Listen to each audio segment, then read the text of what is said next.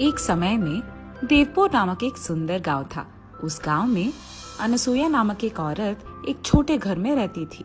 उसका माधव कृष्णा और मनवित कृष्णा नामक दो बेटे भी थे।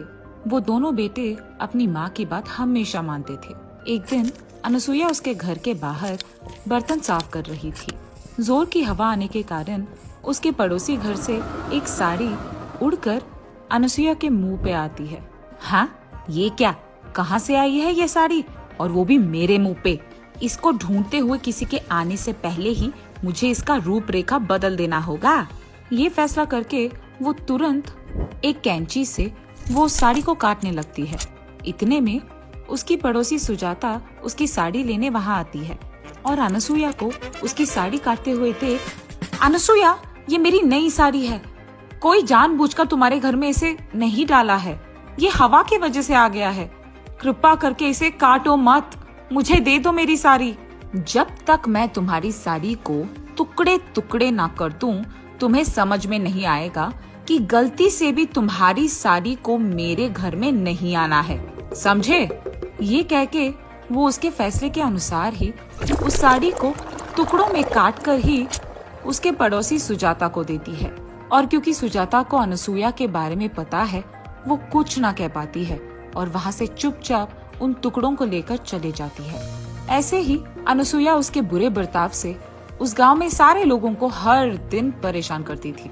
एक दिन एक औरत उसके बेटे का विवाह का निमंत्रण देने के लिए अनसुया के घर आती है। उस निमंत्रण को देख अनसुया भी सोच में पड़ जाती है और ये फैसला करती है कि उसके बेटे का भी वो शादी करवाएगी।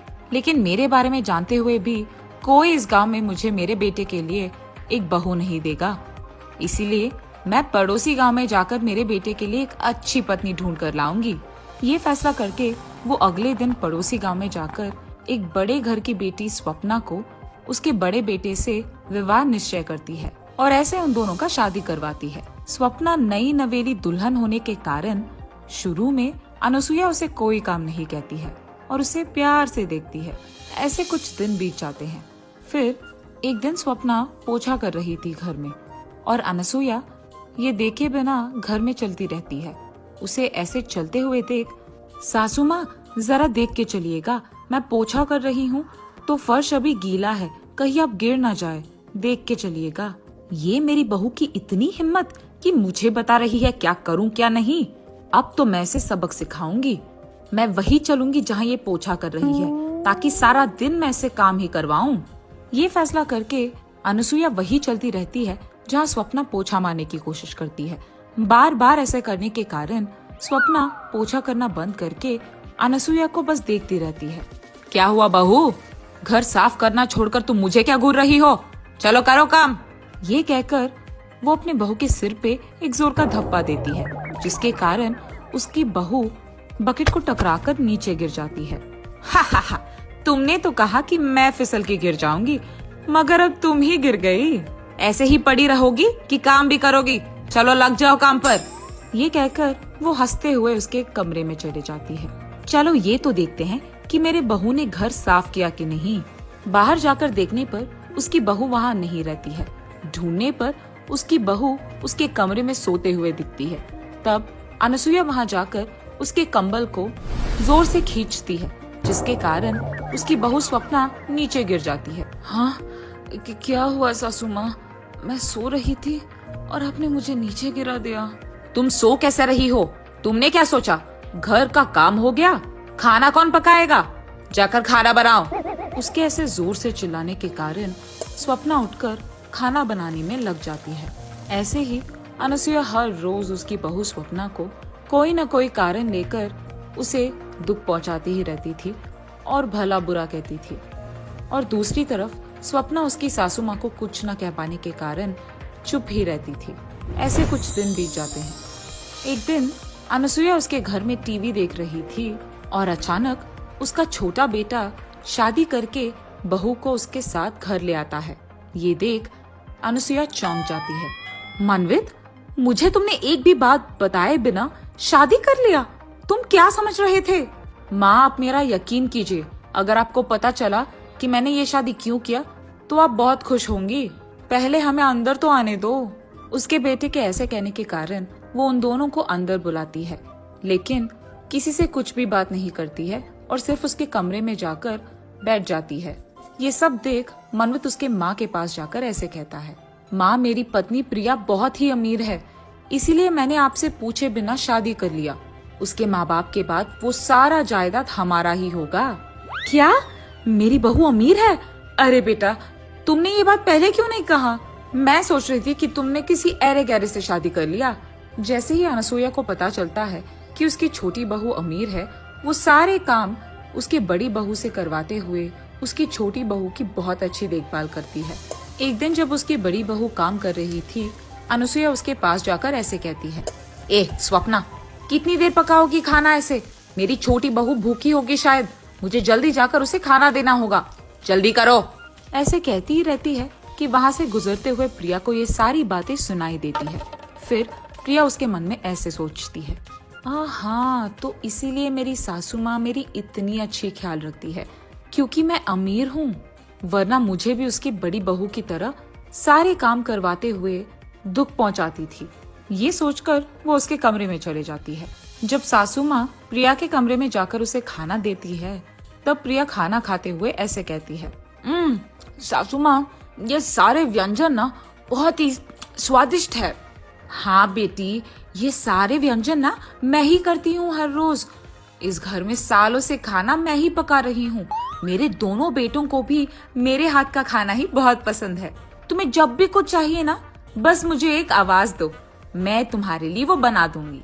हाँ, मेरी सासू माँ को पता नहीं है कि मुझे पता है कि वो झूठ कह रही है। मैंने तो उनका असली स्वरूप देख लिया।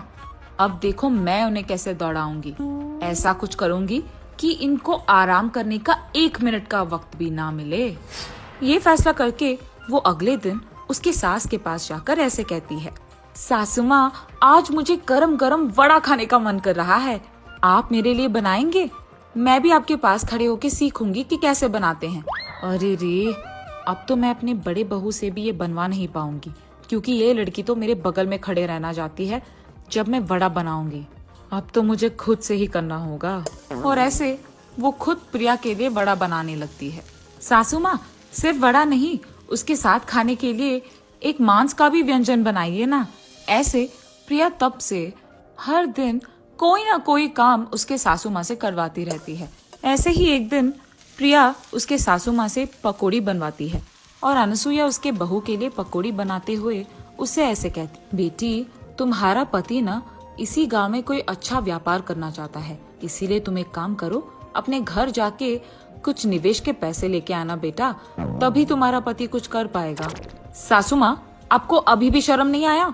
मैं जानबूझकर आपसे ये सब काम करवा रही हूँ और फिर भी आप मुझसे कह रहे हो कि मैं पैसे लाऊं? आपको क्या लगा कि मैं आपके बड़ी बहू की तरह आप जो भी कहे मान लूंगी? नहीं होगा। क्या तुम ये सब जानबूझकर कर रही थी? अब देखो तुम्हारा मैं क्या हाल करूंगी। मैं तुम्हारे मायके से पैसे हासिल करके ही रहूंगी।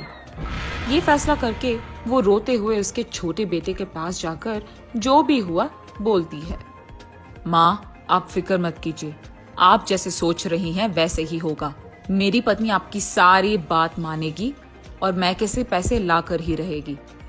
ये कहकर वो उसके पत्नी के पास जाकर ऐसे कहता है, प्रिया, अब से तुम माँ के कहे सारे काम करोगी और उनके खिलाफ बात नहीं करोगी और अपने मैके जाकर पैसे भी ला कर दोगी, वरना मेरी माँ तुम्हें इस घर से बाहर भेज देगी। उसके पति के ऐसे कहने के कारण वो उस दिन से उसके घर में सारे काम करती है। ऐसे कुछ दिन बीत जाते हैं।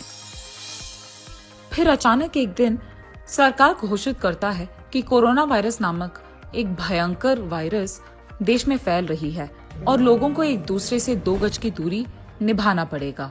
और इसी फैलने को रोकने के लिए सरकार लॉकडाउन का आदेश देती है। उस लॉकडाउन के कारण लोगों को बाहर जाने की इजाजत नहीं थी। इसी कारण सभी लोग घर पे ही रहते थे। लेकिन प्रिया उसके घर में सारे काम खत्म करके उसके पड़ोसी के घर जाकर हर रोज उनसे बात करती थी। एक दिन ये सब देखकर उसकी सास प्रिया से ऐसे कहती है, प्रिया, सरकार ने हमारी सुरक्षा के लिए लॉकडाउन का आदेश दिया है और तुम यहाँ बेपरवाह पड़ोसी के घर जाकर बात कर रही हो। अगर तुम्हें कोरोना आया या तुम्हारे कारण हमें कोरोना आया तो हमारा क्या होगा? इसलिए आज से तुम बाहर नहीं जाओगी। आपको शायद डर है कि आपको कोरोना आएगा, लेकिन मुझे ऐसा कोई डर नहीं है। मैं अपनी मन की मालिक हूँ, मुझे जो करना है मैं वही करूंगी। ये कहकर वो हर रोज उसके पड़ोसी से मिलने जाती ही रहती थी। उसके पड़ोसी के घर में किसी को कोरोना आने के कारण वो प्रिया को भी फैलता है, और क्योंकि प्रिया को ये नहीं पता था, उसे बुखार और सर्दी आने के कारण वो डॉक्टर के पास जाकर उसका जांच करवाती है। फिर डॉक्टर उससे कहता है कि उसे कोरोना वायरस आया है और इसे घर पे रहकर अच्छी खाना खाकर दवाइयाँ लेकर उसका ख्याल रखना होगा। प्रिया डर के कारण भला बुरा सोचने लगती है। ये सब मेरी सास के वजह से हुई है। अगर वो नहीं कहती कि मुझे कोरोना आएगा तो शायद ये नहीं होता। अब क्योंकि उसके कारण मुझे आया है, मैं ये देखूंगी कि मेरे कारण उसे भी आएगा। कम से कम तब वो चुप रहेगी और मुझे ये सब काम कहना छोड़ देगी। ये फैसला करके वो उसके घर वापस जाकर उसके ही हाथों से कॉफी बनाकर उसके सास को देती है, और इसी कारण अनुसुईया को भी कुछ ही दिनों में कोरोना वायरस आ जाता है। हा हा हा, सासू माँ, मुझे पता था कि आपको कोरोना आएगा। आप इतने बार कह रहे थे कि मुझे कोरोना आ जाएगा कि मेरे को आ गया, इसलिए मैंने अपने हाथों से कॉफी बनाकर आपको दिया ताकि आपको भी कोरोना आए। अब मुझे बहुत खुशी है। क्या? मैंने तो तुम्हारे भले के लिए कहा था कि तुम्हें कोरोना आएगा, लेकिन तुम इस हद तक गिर गई कि तुमने मुझे कोरोना जानबूझकर दिया। तुम कैसे औरत हो? उसके सास के ऐसे कहने के बावजूद वो उसके मायके चले जाती है, लेकिन जब उसके माँ बाप को पता चलता है कि प्रिया को कोरोना आया है तो वो उसे अंदर आने नहीं देते हैं, जिसके कारण उसे वापस उसके ससुराल ही जाना पड़ा। यहाँ स्वप्ना उसके सासू माँ को और प्रिया को कोरोना आने के कारण उनकी सेवा करते हुए, उनके लिए खाना बनाते हुए, उनको दवाइयाँ देते हुए उनकी बहुत अच्छी ख्याल रखती है। कुछ दिन बाद अनुसुईया और प्रिया को कोरोना कम हो जाता है और ऐसे कुछ दिन बीत जाते हैं। फिर एक दिन अचानक टीवी में ऐसी खबर आता है कि कोरोना का दूसरा वेव शुरू हुआ है। ये देख अनुसुईया तुरंत सोचती है कि उसे ये बात उसके दोनों बहू से कहना है। बेटा स्वप्ना, प्रिया, मैंने अभी अभी टीवी में देखा है कि कोरोना का दूसरा वेव आ गया है और इस बार वो दुगना भयंकर है और लोगों की मरने का संख्या भी बहुत बहुत बढ़ गया है। हमें चौकन्ना रहना होगा। मेरे बर्ताव के लिए मैं माफी मांगती हूँ। मैं अब ये सिर्फ तुम्हारे भले के लिए कह रही हूँ। कम से कम इस बार तो मेरी बात मान लो। अरे सासू माँ, आप तो बड़े हैं। आपने अगर हमें कुछ एक दो बात कह भी दिया तो कोई नहीं, हम समझ सकते हैं। आप हमारे भले के लिए तो कह रहे हैं। फिक्र मत कीजिएगा, हम इस बार ख्याल रखेंगे। हाँ बेटी स्वप्ना, मुझे पता है कि मैंने तुम्हें बहुत दुख दिया है, लेकिन फिर भी जब वक्त आया तो तुमने ही मेरा ख्याल रखा है बेटा। तुमने तुम्हारे मन में मेरे खिलाफ कुछ भी नहीं रखा और मेरा इतना अच्छा देखभाल तुमने ही किया। मुझे मेरे बर्ताव के लिए माफ कर दो बेटी। आइंदा मैं ऐसे कुछ नहीं करूंगी। सासू माँ, अब मुझे भी माफ कीजिए ना। मैंने अमीर होने के नाते बहुत गर्व से और अहंकार से आपसे बात किया है और ये अच्छा नहीं है। मुझे मेरी गलती का एहसास हो गया है और इस बार मैं ऐसे नहीं पेश आऊंगी। हम सब एक ही बात पे रहेंगे। अगर मैं आपकी बात सुनती तो मुझे कोरोना नहीं आता और ना ही मैं आपको कोरोना देती। अब मैं अपना सबक सीख गई, आइंदा ऐसे कभी नहीं करूंगी। ऐसे वो तीनों उनके बीच के फासलों को मिटाते हैं और हमेशा के लिए खुश रहते हैं। कुछ दिन के बाद कोरोना वायरस पूरा चले जाता है और सभी लोग खुशी से रहते हैं।